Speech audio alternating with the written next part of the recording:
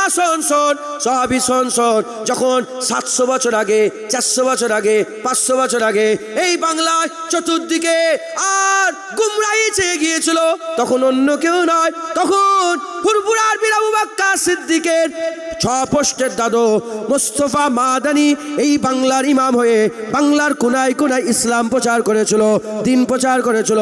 বলো তাদের করে, বলো তাদের করে আজও সেই চিঠি, যে চিঠি বাদশাহ আলমগীর যে ফার্সিতে চিঠি লিখেছিল, আজও মুজাহিদে জামানের বাড়িতে, আমাদের বাড়িতে আজও মজুদ আছে।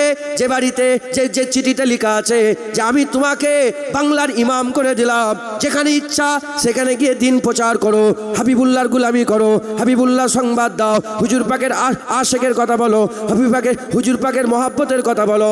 আমরা সেই মুজাহিদে জামানের মুরিদ, বেশি বেশি করে আমাদের মুজাহিদে জামানের কথা শোনাতে হবে। আজ আমি আপনাদের করে দু একটা কথা ঘরের বলে দিয়ে যাই। আমার দাদুজান ছোট হুজুর পীর কেবলা আশেকের রাসূল ছিলেন, দাদুজান আশেকের রাসূল ছিলেন, মুজাহিদে জামানের ছোট ছেলে ছোট হুজুর পীর কেবলা নাম জুলফিকার। দাদুজান মুজাহিদে জামানের সঙ্গে, বেটাজানের সঙ্গে আমার হাবিবুল্লাহর এত সম্পর্ক ছিল, 1 তারিখে তিনি স্বপ্ন দেখছেন, বসিয়াট আল্লামা রুহুল আমিন সাহেব তিনি এই ঘটনাটা তিনার কিতাবের মধ্যে লিখেছেন। মুজাহিদে জামান স্বপ্ন দেখছেন, মুজাহিদ আল পেশানি এসেছেন, মুজাহিদ আল পেশানি এসে তিনি একটা তলোয়ার দিয়ে গেলেন, তলোয়ার দিয়ে বললেন, এ তলোয়ার সেই তলোয়ার যে তলোয়ারে হুসাইন হুজুর কারবালায় লড়াই করেছে, এ তলোয়ার সে তলোয়ার যে তলোয়ার আলী হুজুর লড়াই করেছে, এ তলোয়ার সে তলোয়ার যে তলোয়ার হাবিবুল্লাহ লড়াই করেছে, এই তলোয়ারের নাম জুলফিকার, এই তলোয়ারের নাম জুলফিকার। এই স্বপ্ন দেখার পরেতে মুজাহিদে জামানের ঘুম ভেঙে গেল, চিন্তা করছে কেন এরকম স্বপ্ন দেখলাম, কেন এরকম স্বপ্ন দেখলাম। কিছুদিন পরেতে খবর এসে গেল, হুজুর বুঝতে পেরে গেলেন তিনার হালিয়ার পেটে যে বাচ্চা ছিল সেই বাচ্চা দুনিয়া এসেছে। হুজুর বুঝতে পেরে গেলেন আমার আল্লাহ আমাকে তলোয়ার দিয়েছে, তাই ছোট হুজুরের নাম জুলফিকার রেখে দিলেন।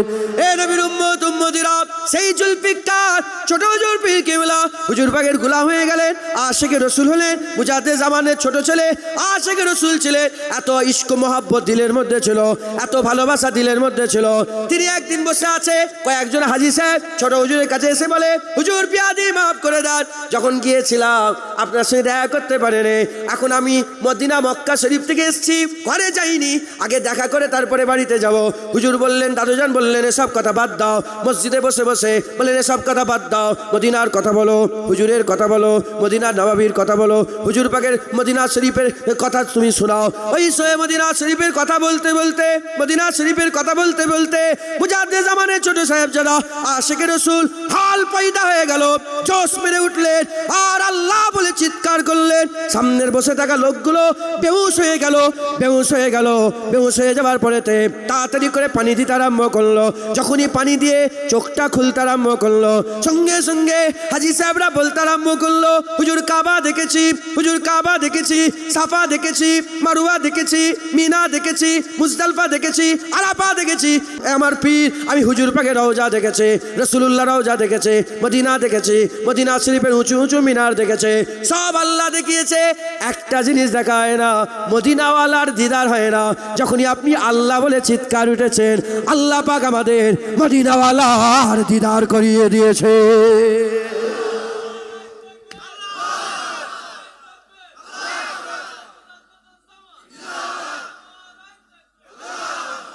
নারায়ে মুস্তাফা, নারায়ে মুস্তাফা।